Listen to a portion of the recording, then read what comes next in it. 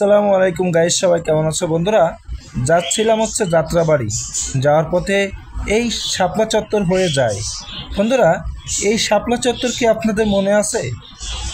এটা হচ্ছে আমাদের সেই বাংলাদেশের একটি জঘন্যতম একটি জায়গা, যেখানে ঘটে গিয়েছিল অনাকাঙ্ক্ষিত এক ঘটনা।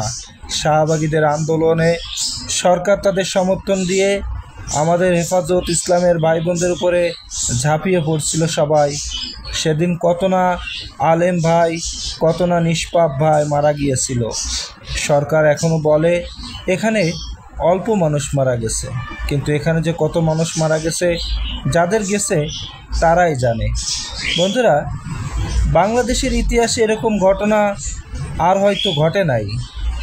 আর আমাদের দেশের বর্তমান যে পরিস্থিতি, সেটা আর বলবো না। বর্তমানে হুজুরদের তো কোনো দামই নাই, মানুষ কোনো দামই দেয় না। 90% মুসলমানের দেশে এগুলো আশা করা যায় না।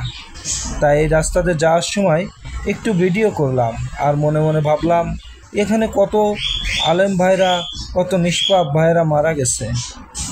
আমার সেই সময়, আর যে সময় ঘটনাটা ঘটে সে সময় আমি এখানে ছিলাম না, বাগেরহাট ছিলাম। তো যাই হোক, সবাইকে আল্লাহ সহি বুঝদান করুক।